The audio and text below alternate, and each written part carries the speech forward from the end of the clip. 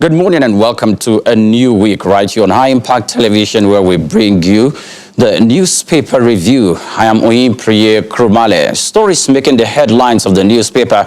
Before I proceed on that, I want to wish Muslim brothers and sisters in Nigeria and all over the world happy Eid al-Adha. In fact, in Nigeria, most especially in Lagos State and Lagos-Ibadan Expressway, and in Oyo State, we have told that Muslim faithfuls went out to buy the ram for the celebration of the season, and that caused some sort of gridlock. Well, it is a celebration season, and we are celebrating with them right here in our Impact Television. Now, we'll be taking a look at some of the stories making the headlines this morning. E-transmission of result, Buhari's aid defense rejection, as the Nigerian Bar Association and others says that resolution is illegal and selfish. We are going to consider that, but however, we will be taking a look at today's discussion from a different perspective, where we're taking a look at the financial analysis, Nigeria in debt, and how we're spending. We're moving forward from 54.66% debt servicing ratio compared to the revenue ratio to 72%. The Nigerian 72% is being gulped by debt servicing in the government revenue. We are being joined by Mr. Gospel Ebele. He is an economist who will handle financial analysis. But before, Gospel Ebele, you're welcome to the newspaper review this morning. Yes, thank you for having me. Good yes, morning. It's good to have you join me. Now, let's take a look. Last week, it is said that Nigeria federal government revenue debt servicing is gulping 72% of the federal government revenue. But before then, let's quickly read what debt servicing. Could you please intimate us what debt servicing is in Nigeria? All right, so it's a very simple concept. Take, for instance, you borrow 100 naira and you're expected to pay back that money with 10% interest. Debt servicing simply means that for every year where you're expected to pay back that money, you're paying that 10% interest, all right, to service that debt or to keep that debt in view till the principal amount is paid. So it's just a matter of paying the interest on a particular principal amount till you can afford to pay the whole principal bulk. Okay. Now, it says that in Nigeria, 72% of the federal government revenue is going to debt servicing. What does this really imply regards to our revenue base in Nigeria, and considering other national projects that is beckoning on the federal government to be executed? Yeah, it's a high risk situation, quite honestly. First of all, you have those debts because monies were borrowed to finance public project or government expenditure in a sense. And that's also been the fact that we have a budget deficit situation and collapsing revenue base in a sense. So yes, the debts are there, and they're not technically a bad thing because every country that has developed or in the form of developing in the 21st century has had to incur some significant amount of debt. Also being the fact that we've over the long time thought that we can launch capital projects with budget expenditure. All right, so now everybody's getting to that reality to see that you need to find a way to finance infrastructure separately and other items on the table, because those are high level, those items on the table require a lot of investment, as it were. Okay. So it's just the expected situation of things, in a sense. Okay, expected situation of things, like you said, it's not borrowing, it's not a technically bad thing. The federal government equally also has said that borrowing is not bad given the huge responsibility that we have. In 2019, the federal government made a total revenue of 3.86 trillion naira within the year. Debt servicing got 2.11 trillion naira. And this put the federal government debt servicing to revenue ratio in 2019 of 54.66%. 66%. Debt servicing to revenue ratio is beyond 50%. How does that all go well for the economy? Of course, it doesn't. What you have is that a lot of players and economists who want to argue around the ratio. What a good ratio is enough for us to keep borrowing or for us to stop borrowing. But then again, just like you're arguing the development of the average Nigerian, it's just like you're arguing the quality of life of the average Nigerian from the growth rate, GDP growth rate. All right. So we all know that all those metrics do not really tell the real story and all that. You can be under or above the debt ratio, and yet your economy is in gross collapse. What's important here is that we borrowed so much, the economy is in collapse. Yeah, I said borrowing is not a bad thing in the sense, but when those monies are not properly deployed into what it's being used for, what they should be used for, all right, or properly plugged into policy initiatives to enable growth and development, all right, there are bigger concerns for the nation, its people, and to a large extent, its fiscal stance at the moment of time. Okay, now when we borrow money as a country from through bilateral relations or through multilateral alliances with the organizations like the IMF and the World Bank, when we borrow money, there's an argument that those monies are being linked, or the borrowings are being linked with assets in the country, so they are deemed to be reproducing some amount of money that should be effective, should be able to service itself. Currently, we talked about the Lagos-Ibadan Expressway. Part of the monies that we borrowed is used for that purpose and also for agriculture. Do we see that, obviously, having productive means in the Nigerian economy from your own analysis? First, it's important to note that the idea of repaying back debt is a function of what productive things debt monies or debt finance was used for.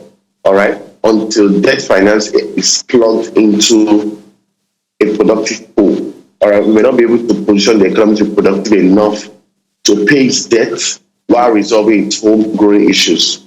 All right, so that should be like the long-term goal for debt that's been taken.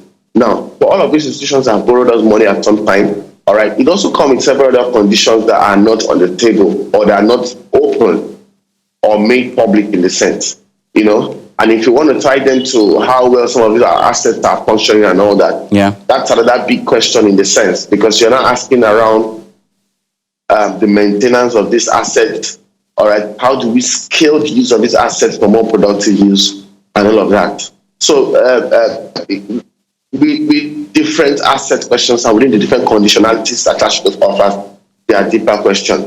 And we also haven't done our proper management of debt financing, all right, even proper management of asset management, all right, and ensuring that all of these things tie together to position the economy to become more productive.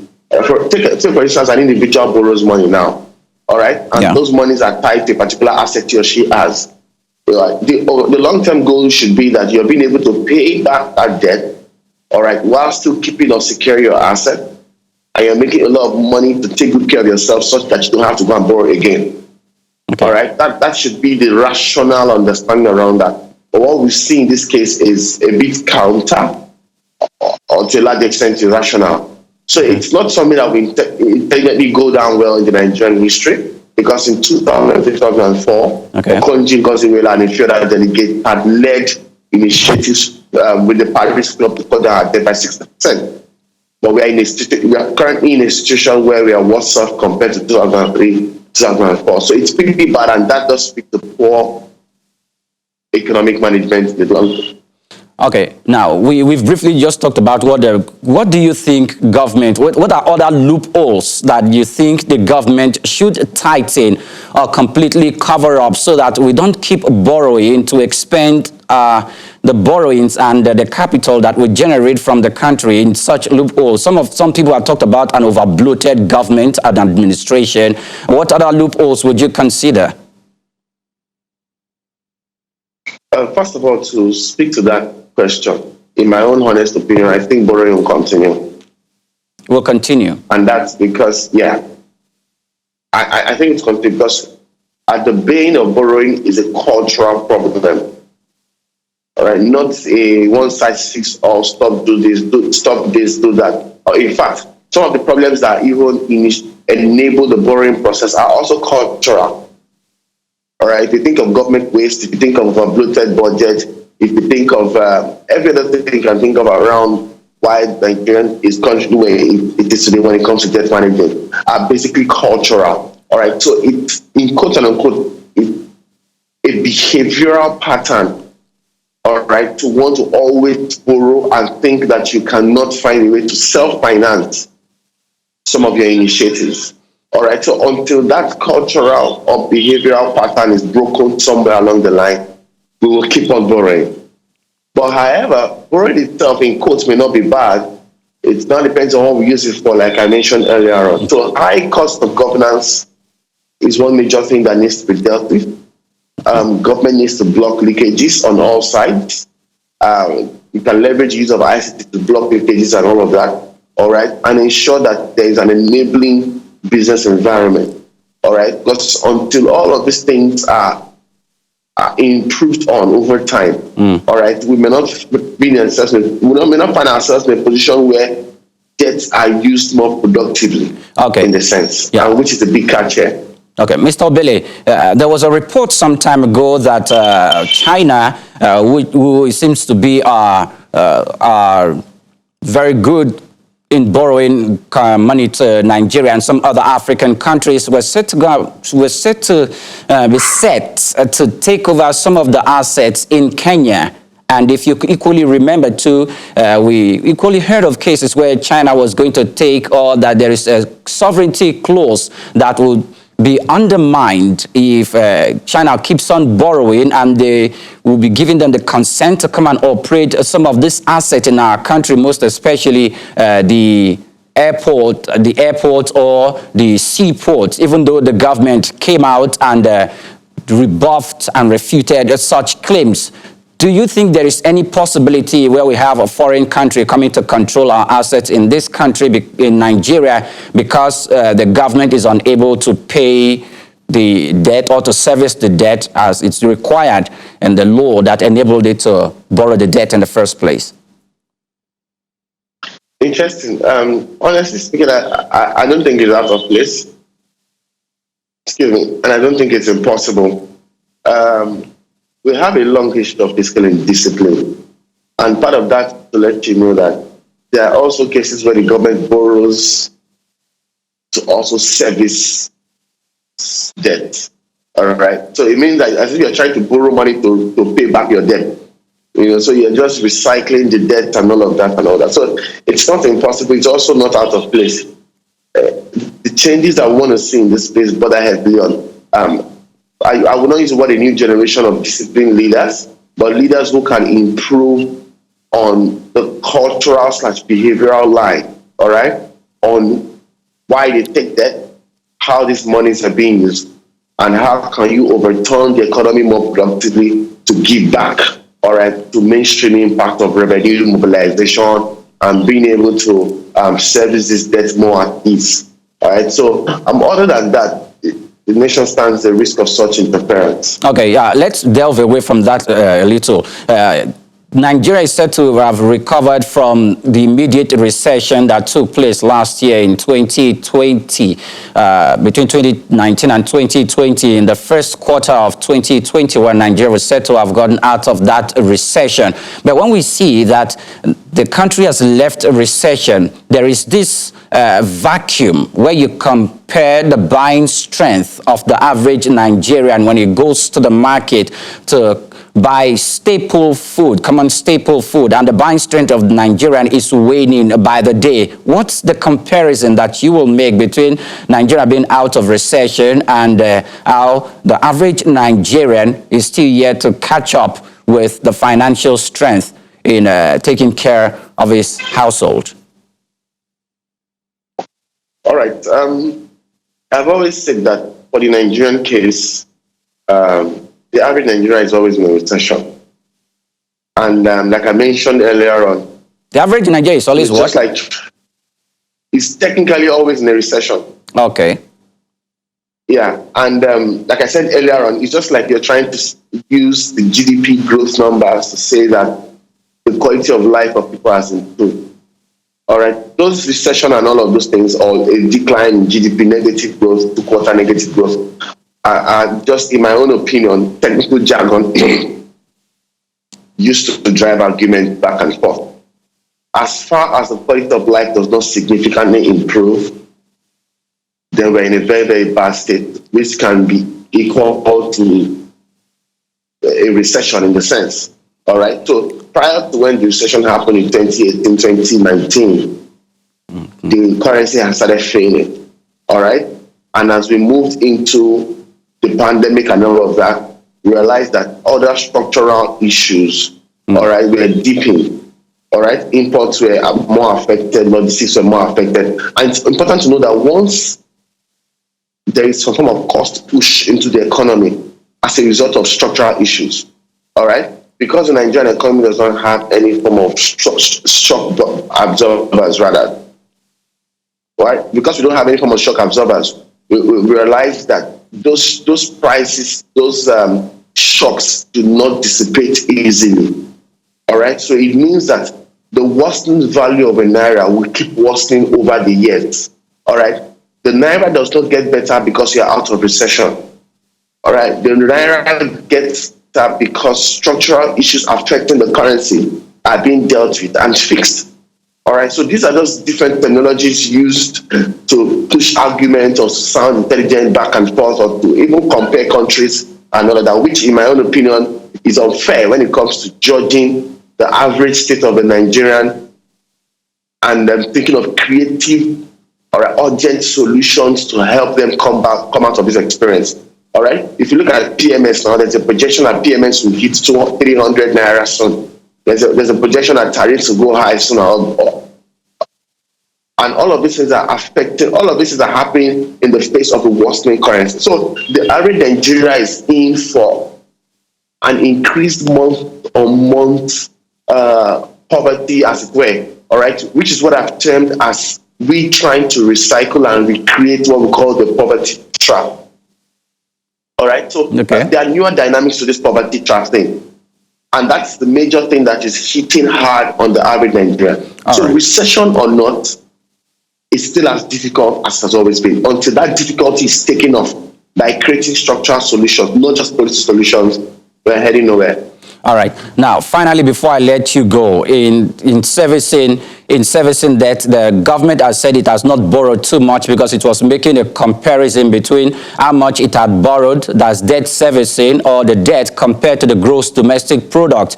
Other financial experts are equally comparing that the federal government should not compare how much it has borrowed to the gross domestic product, because if it compares that way, we will not be moving forward, but it will compare its debt servicing to the ability, the debt rather it borrows, to the ability or the capacity of the government to service the debt. Recently, Nigeria just moved from 25%, the government said it's going to be moving from 25% of its borrowings in gross domestic product to about 40%. Did you think that is taking out somewhere of strength? Well, again, I think it's just an interplay of numbers, which still doesn't justify the need to keep borrowing or the need to keep servicing debts and all of that. I mean, take for instance, those in that space will always find an intelligent argument to keep doing what they're doing. All right, and which is why I said that a lot of economic indicators have been used to cloud the judgment and the need to hold governments more accountable. All right. So rather than facing the fact that there is a big monster in the room called debt servicing and acquiring more debt, all right, we are trying to make sense of economic jargon as to why we can borrow more.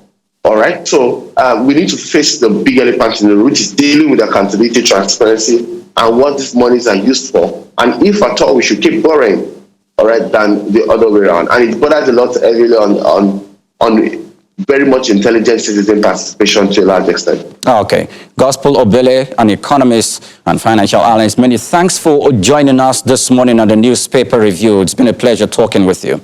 Thank you very much for having me. All right. Many thanks for joining us. You can send eyewitness report or info at High Impact Studios. Come and direct messages on all our social media platforms. Good morning.